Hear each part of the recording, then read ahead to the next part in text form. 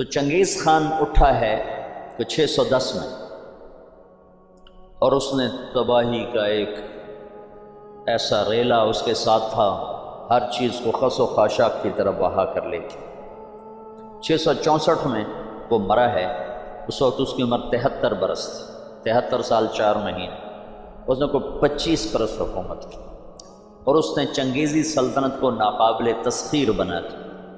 یہ دنیا کا واحد جرنیل ہے، رات بھی بتایا تھا، جس نے شخصی طور پر تنہا سب سے زیادہ فتوحات کی، اور اس کا کوئی علم عطائی تھا جنگوں کے بارے میں، ملک گیری کے بارے میں، جہاں گیری کے بارے میں، اس کا علم عجب تھا، اس کی برق رفتاری، اس کی ذہن کی تیزی کمال درجے کی تھی۔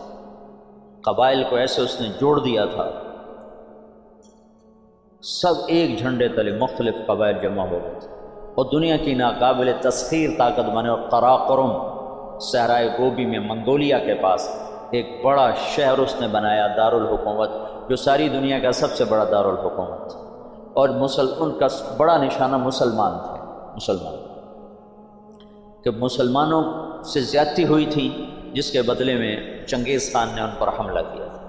چنگیز خان کے مرنے پر اس کی سلطنت، اس کے 4 بیٹے تھے، بڑا جوجی تھا، جوجی کے بارے میں اسے شک تھا کہ یہ میرا بیٹا نہیں، کہ اس کی جب یہ چھوٹا سردار تھا تو اس نے بڑی شکستیں کھائیں، حتیٰ کہ اس کی بیوی اغوا ہو گئی۔ جب وہ واپس آئی تو حاملہ تھی، لیکن اس نے بورتائی خاتون اس کا نام تھا، اس نے ہمیشہ اس کو عزت دی، اور اس بیٹے کو اپنا ہی بیٹا سمجھا، اس کا نام جوجی۔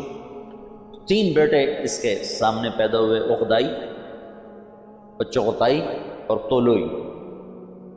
تو اس نے اغدائی کو اپنا جانشین بنایا، اور جوجی کو روس کی سلطنت دی، روس کی، اور چغتائی کو اس نے منگولیا کی طرف کا اور چین کی طرف کا علاقہ دیا، اور جو طولوئی تھا اس کو یہ نیچے آذربائیجان سے نیچے ایران اور یہ شام، یہ علاقے اس نے 4 حصوں میں اس نے اپنی سلطنت کو تقسیم کیا، اور اغدائی کو سب سے بڑا سردار بنایا۔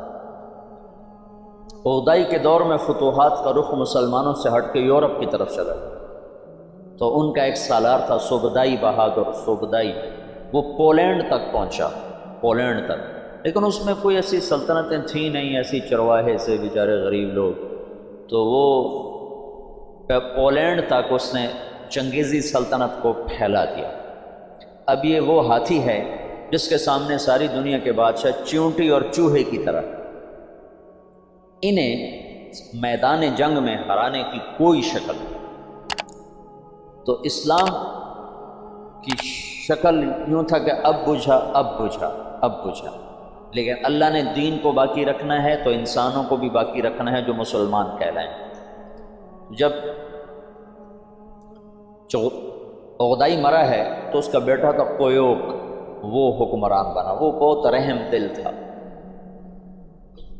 اس نے جنگیں روک دیں اور مسلمانوں کو اپنی سلطنت میں شامل کیا، تو اس کی وجہ سے ساری تاتاری سلطنتوں میں مسلمانوں کے بارے میں نرم گوشہ پیدا ہو۔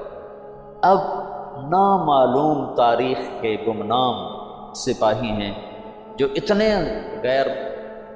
اتنے غیر معلوم ہیں، اتنے نامعلوم ہیں کہ کسی تاریخ میں ان کا نام تک درج نہیں، ان کی جگہ درج نہیں، جنہوں نے تاتاریوں کو دعوت دینا شروع کی۔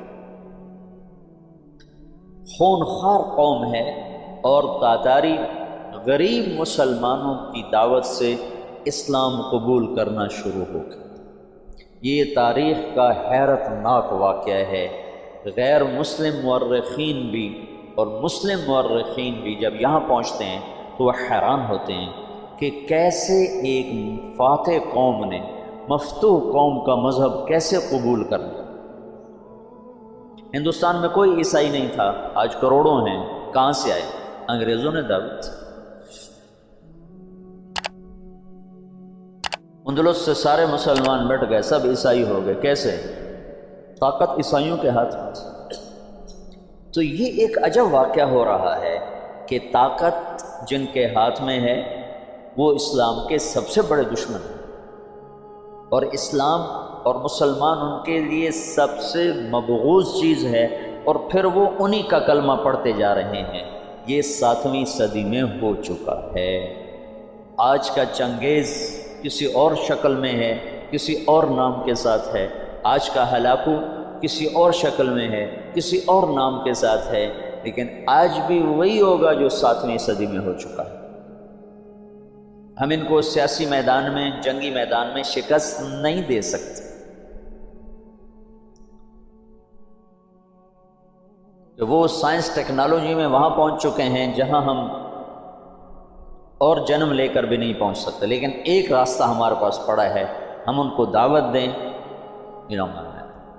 اس وقت فرانس میں اوسط 5 سے 6 گورے روزانہ مسلمان ہو رہے ہیں، اوسطاً 5 سے 6 گورے روزانہ مسلمان، اور فرانس یورپ میں سب سے زیادہ اسلام قبول کرنے والا ملک بن چکا ہے، اور اس کے بعد اٹلی سب سے زیادہ تیزی کے ساتھ اسلام میں آ رہا ہے، اور پوری دنیا میں امریکہ میں سب سے زیادہ اسلام پھیل رہا ہے۔ دعوت ایسی چیز ہے جو چیونٹی سے ہاتھی کو مروا دیتی۔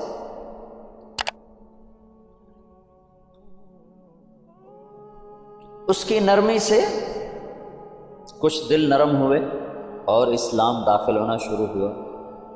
تو کویوک جب مرا ہے تو اس کا بعد طلوئی کے 4 بیٹے تھے، ایک قبلائی خان، ایک منگو خان، ایک بوکا خان اور ایک ہلاکو خان۔ تو اس وقت جوجی کا بیٹا ایباقا وہ سب سے بڑا سردار تھا تاتاریوں میں۔ تو انہوں نے مشورہ کیا کہ اب ہم کس کو اپنا خاقان بنائیں، تو ایباقا نے منگو خان کے بارے میں کہا کہ اس کو اپنا خاقان بنا۔ منگو اسلام دشمن تھا، اس کے دور میں بغداد تباہ ہوا ہے۔ جب بغداد پہ حملے کا لشکر نکلا ہے تو یہ جو مسلمان دائی تھے یہ جوجی کی نسل میں اپنا کام دکھا چکے تھے، اور جوجی کا پوتا برکا خان مسلمان ہو گیا۔ ان کی دعوت پر ایک وزیر مسلمان ہوا۔ وزیر کو جب موقع ملتا برکا خان کو اسلام کے فضائل سناتا، اس کو باتیں بڑی اچھی لگتی، پھر وہ پوچھتا تمہیں یہ باتیں کون بتاتا ہے؟ تو پھر وہ بڑے مناسب طریقے سے کہتا کہ یہ مسلمانوں کا دین ہے، یہ مسلمان بتاتے ہیں۔ پھر اس نے کہا مجھے مسلمانوں کا کوئی وفد ملاؤ۔ پھر ایک وفد اس سے ملا، انہوں نے اسلام کی دعوت دی، اسلام کے بنیادی اصول بتائے، تو برکا خان مسلمان ہوا۔ روس آج بھی دنیا کی سب سے بڑی سلطنت ہے، اس وقت بھی روس بہت بڑی سلطنت تھا۔ تو جتنا روسی مغل تھا اور چنگیزی تھا وہ برکا خان کی برکت سے سارے کا سارا مسلمان ہو گیا۔ کوئی تلوار ہلاکو جس نے بغداد کو تہ تیغ کر کے رکھ دیا، 15 لاکھ آدمی ذبح کر دیا۔ 658 میں پھر اس نے مصر پہ چڑھ، اس دوران حلب، شام، دمشق اس نے اینٹ سے اینٹ بجا دی۔ پھر 658 میں وہ دمشق مصر کی طرف حملہ آور ہوا۔ تو مصر پر اور ہندوستان پر، حالانکہ یہ دونوں ملک کے لوگ کو اتنے دلیر نہیں تھے جتنے کہ شام، عراق، یہ جو جنگجو قومیں تو یہاں تھیں، عرب، اور مصر تو مخلوط قوم تھی، ہندوستان مخلوط قومیں تھیں، لیکن کوئی اللہ کی قدرت ہے، نہ ہندوستان پہ مغل حاوی ہو سکے نہ مصر پہ حاوی ہو سکے۔ دونوں جگہ ہندوستان والوں نے تو طاقت سے، اور اللہ کی مدد تو دونوں کے ساتھ تھی، اور مصر والوں نے سیاست سے۔ 658 میں ہلاکو خان نے مصر پہ حملے کے لیے فوج نکالی تو اس کا بھائی منگو خان مر گیا۔ منگو کے مرنے پر یہ قانون تھا کہ جو تاتاری جہاں پر ہے، جب خاقان اعظم مر جائے تو سب قراقرم پہنچیں تاکہ اگلے خان کا انتخاب کیا جا سکے، اگلے خاقان کا انتخاب کیا جا سکے۔ تو وہ وہاں سے نکلا تو اس کی بیوی تھی، وہ عیسائی ہو چکی تھی، دوقوزہ، اور اس کا سالار تھا کتبوغا، وہ بھی عیسائی ہو چکا تھا۔ وہ مسلمانوں پر بہت ظلم اٹھاتے تھے، بہت ظلم اٹھاتے تھے، اور ان دونوں نے بڑی کوشش کی کہ ہلاکو خان عیسائی ہو جائے، لیکن وہ عیسائی نہیں ہوا۔ تو انہوں نے اس کی منت کی کہ تم واپس نہ جاؤ، مصر کو فتح کر لو، وہ تو مر گیا، اب تو پہنچ بھی نہیں سکتے ہیں، تو تم بعد میں جانا، پہلے مصر فتح کرو۔ اس نے کہا نہیں، یہ چنگیز خان کا قانون ہے، میں اسے پورا کروں۔ اور اس نے ایک لشکر کا حصہ شام میں چھوڑا، فلسطین میں، اور 2 حصے لے کر وہ واپس چلا گیا قراقرم کی طرف۔ تو اس موقع سے فائدہ اٹھا کر مصر والوں نے خود حملہ کر دیا۔ تو عین جالوت پر 658 میں رمضان میں یہ جنگ لڑی گئی، اور 40 سال کے بعد مسلمانوں کو پہلی فتح نصیب ہوئی، اور اس میں قطبوغا گرفتار ہوا۔ تو وہاں مصر میں اس کو ٹکڑے ٹکڑے کر کے ختم کیا گیا، پر وہ ایسا کم وقت تھا کہ بوٹی بوٹی ہو گئے، پر اس نے سی نہیں کی، اف نہیں کی۔ انہوں نے کہا کیا تاتاری عورتوں نے بچے جننے بند کر دیے جو میرا کوئی بدلہ نہ لے گا؟ میرا بدلہ لینے والے ضرور آئیں گے، لیکن اللہ نے وہ موقع نہ دیا۔ برقع خان ایمان لا چکا ہے۔ جب ہلاکو چلا ہے، وہ قراقرم کے قرولتائی اس کو کہتے تھے، قرولتائی کانفرنس، اس کانفرنس کے لیے چلا ہے، تو اس وقت قبلائی طولوئی کے 4 بیٹے تھے، تو منگو بنا تھا، تو منگو کی جگہ بوقا خان موجود تھا قراقرم میں، وہ خود ہی خاقان بن گیا۔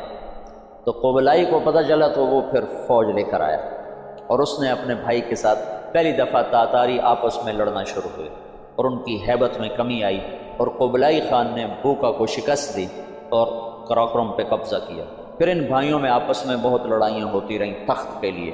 آخر میں قبلائی خان غالب آیا، اور اس نے اپنے بھائی کو قید کر لیا، پھر قید میں وہ مر گیا بوقا، اور اس نے قراقرم کی وجہ چین کو اپنا دارالحکومت بنایا، چین فتح کیا اور چین کو اپنا دارالسلطنت بنایا۔ جب ان جنگوں سے فارغ ہوئے تو ہلاکو خان نے حملہ کیا مصر پر، تو برقع خان کو خط لکھا رکن الدین بیبرس نے کہ تم ہماری مدد کرو، تم بھی مسلمان ہو، ہم بھی مسلمان۔ تو پھر برقع خان نے ہلاکو کو خط لکھا کہ تم مسلمانوں پہ حملہ نہ کرو ورنہ میں تم پہ حملہ کروں۔ تو ہلاکو نے اسے خط لکھا کہ تم نے چنگیز کا قانون نہیں پڑھا کہ تاتاری آپس میں نہیں ٹکرایا کرتے؟ تو اس نے اس کو جواب دیا کہ وہ بھی کافر تھا، تو بھی کافر ہے، تو حملہ کرے گا میں تیرے پر حملہ کروں۔ جب وہ مصر پہ حملہ آور ہوا تو برقع خان ہلاکو پہ حملہ آور ہوا، تو اس نے ہلاکو کو شکست دی، اور مصر اس تسلط سے نکل گیا۔ پھر ان دونوں بھائیوں کی چچا زاد بھائیوں کے آپس میں لڑائیاں ہوئیں، جس میں ہلاکو کو آخر میں شکست ہوئی، اور اس غم سے وہ بھی 42 سال کی عمر میں فالج کے مرض سے مر گیا۔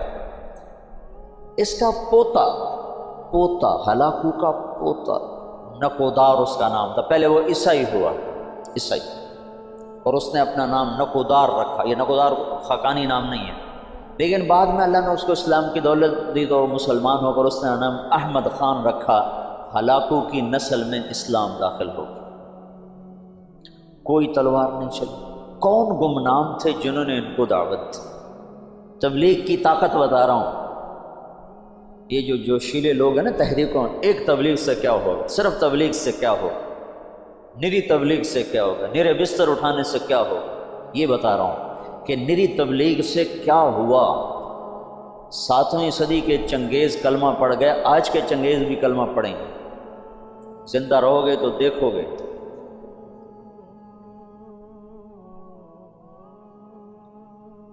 پیچھے صرف ایک نسل قبلائی کی نسل چین نکل گئی، وہ محروم ہوئے اسلام سے، ورنہ باقی ساری نسل چنگیز چغتائی رہ گیا۔ چغتائی کا پڑپوتا تیمور تغلق، وہ جلال الدین رحمۃ اللہ علیہ کے ہاتھوں متاثر ہوا اسلام سے، اور ان کے بیٹے رشید الدین کے ہاتھوں اس نے کلمہ پڑھا۔ وہ اس وقت منگولیا کی طرف حکمران تھے۔ تو یہ آخری تاتاریوں کا قلعہ باقی تھا، تو اس میں ایک آدمی نے سراغ کیا، ایک آدمی رشید الدین، جلال الدین رشید الدین۔ تیمور تغلق شکار کو نکلا تو آگے جلال الدین مل گئے راستے میں، تو ان مسلمانوں کی شکل حلیہ تو پہچانا جاتا ہے، یہ مسلمان مل گیا، آج تو میرا دن خراب گزرے گا۔ کہنے لگا تم سے تو ہمارا کتا ہی اچھا ہے۔ تو جلال الدین کہنے لگے ہاں واقعی، اگر میں ایمان پہ نہ مروں تو تیرا کتا ہی اچھا ہے۔ تو تیمور کہنے لگا ایمان کیا ہوتا ہے؟ تو انہوں نے اس کو دعوت دی. اس کا ایسے دل پہ پڑی، کہنے لگا ابھی میں ولی عہد ہوں، جب بادشاہ بنوں نا تو مجھے ملنے آنا. ان کے ولی عہد بادشاہ بننے سے پہلے جلال الدین رحمۃ اللہ علیہ کا انتقال ہوا. انہوں نے اپنے بیٹے رشید الدین سے فرمایا کہ جب تو سنے تیمور بادشاہ بنا ہے تو جا کے اسے میرا پیغام دینا. یہ پہنچے اس کے بادشاہ بننے پر، تو اس تک رسائی نہیں ہو سکی. بڑی کوشش کی، کسی نے دربار میں جانے نہیں دیا. تو انہوں نے ایک دن کیا کیا، اس کے محل کے قریب جا کر، یہ سورج کی پوجا کرتے تھے، تو سورج نکلنے والا تھا تو انہوں نے زور سے اذان دی.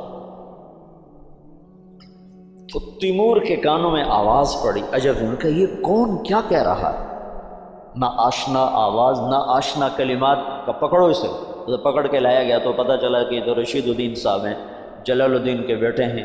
انہوں نے دعوت دی، اس نے کلمہ پڑھا. اس نے اپنے وزراء کو بلایا کہ میں مسلمان ہو چکا ہوں، تم میرے ساتھ کلمہ پڑھو. وہ بھی مسلمان ہو. پھر اس نے اپنے سالار کو بلایا کہ میں مسلمان ہو چکا ہوں، تم بھی مسلمان ہو.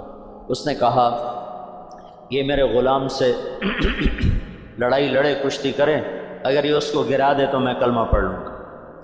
تو تیمور نے کہا تم دلائل سنو، تم کشتی کو اسلام کے ساتھ کیا جوڑتے ہو؟ انہوں نے کہا میں لڑائی کی دلیل جانتا ہوں، اس کے علاوہ کوئی دلیل جانتا نہیں.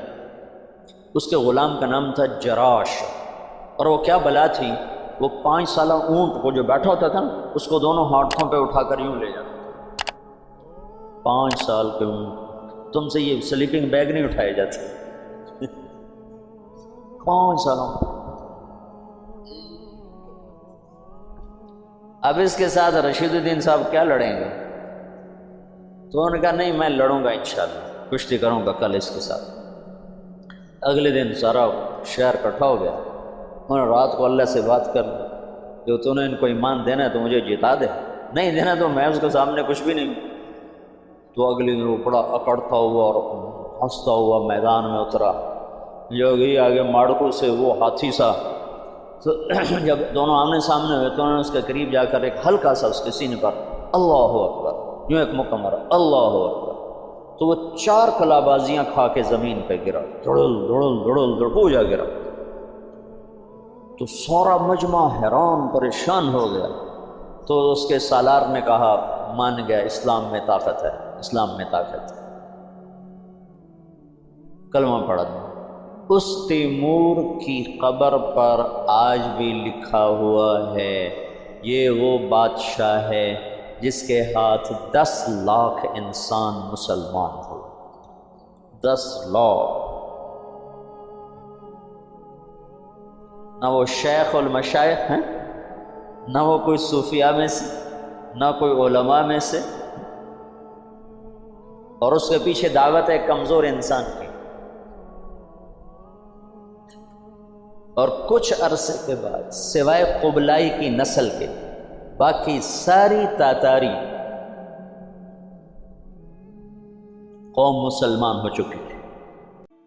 سبسکرائب کریں ہمارے چینل لائٹ ٹو ہیومینٹی کو، کلک کریں بیل آئیکن پہ جس سے ہر ایک نوٹیفیکیشن آپ کو ملتی رہے.